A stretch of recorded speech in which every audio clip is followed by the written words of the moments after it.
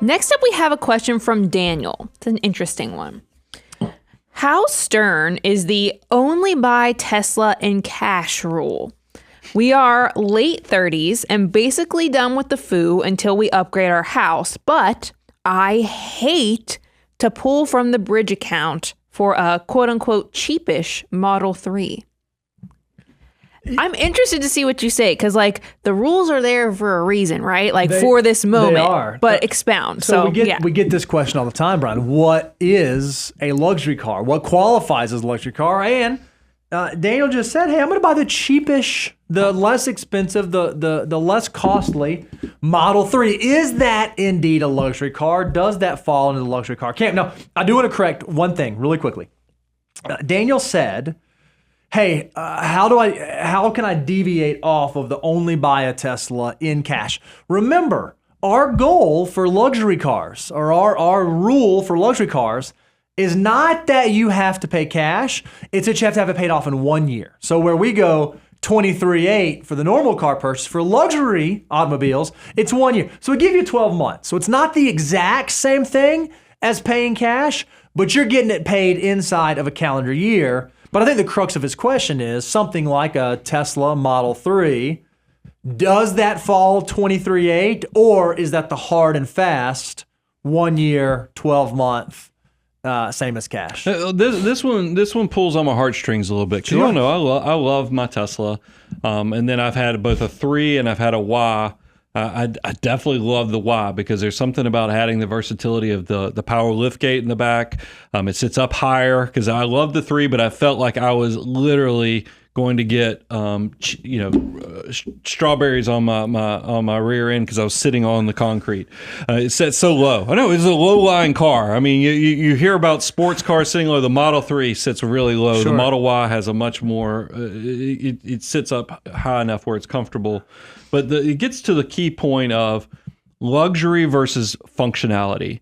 And I love Teslas, and they have with the tax credits. There was a brief period where even the Ys, where Elon slashed the prices on these things so they qualify. So you can go give it a look-see, but I still want you mindset-wise, when you're doing 23.8, cars are horrible for your financial life. This is the what sits under in the background under all of this is that despite what happened during the pandemic, cars do not appreciate. They actually usually depreciate. Mm-hmm. And a lot of people they're so worried about what their neighbors will think. They think that if they drive a fancy car, they're stuck in the 16-year-old mentality, because I had that mentality when I was 16. The nicer the car, the more successful I'll look, the more people will like me. Truthfully, nobody cares, so we just want to make sure you don't make a huge mistake.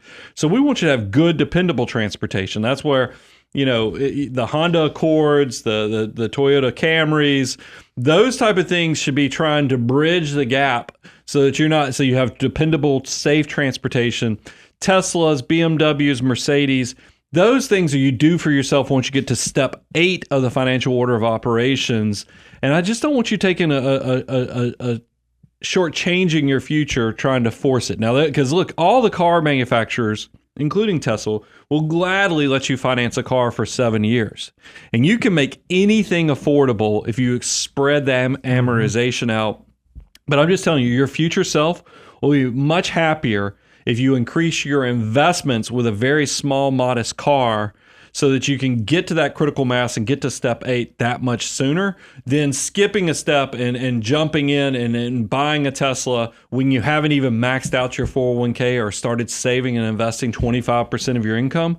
That's a mistake, and that's what we're here for. I know, and look, we're the nice guys. There's other content out there by the way, sometimes they get a lot more views because they tell people they're stupid, you're a fool, you shouldn't do this.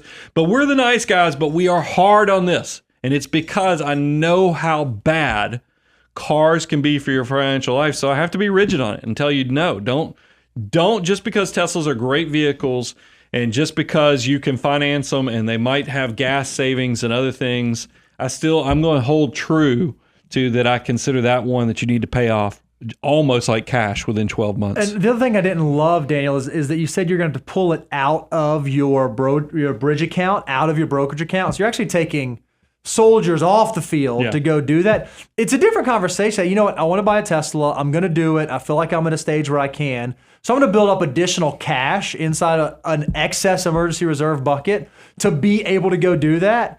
Even that, for some reason, feels a little bit better to me than you thinking, okay, I'm going to go chisel out a chunk out of my brokerage account and actually take some dollars out of the system. I don't love that. I don't know that I get super excited about doing that. Hey, put a date on the calendar. I want you right now, because you're motivated to do it. I want you to say, look, I'm going to tell myself right now that 24 months from now, I'm going to be at step 8 of the financial order of operations, and that's when I'm going to celebrate by buying, whether it's the Model 3 or the Model Y, the Tesla, but actually go ahead and do the heavy. Don't skip steps. Don't skip leg day. That's the thing. A lot of people financially, you try to skip leg day. You don't want to do it, so you end up wanting to have that sexy where you're doing all the beach muscles and stuff, but then when you wear shorts, people are like, well, he's obviously skipped leg day. That's the same thing with your financial life. Don't skip the steps. Get to step 8 before you actually get to start rewarding yourself.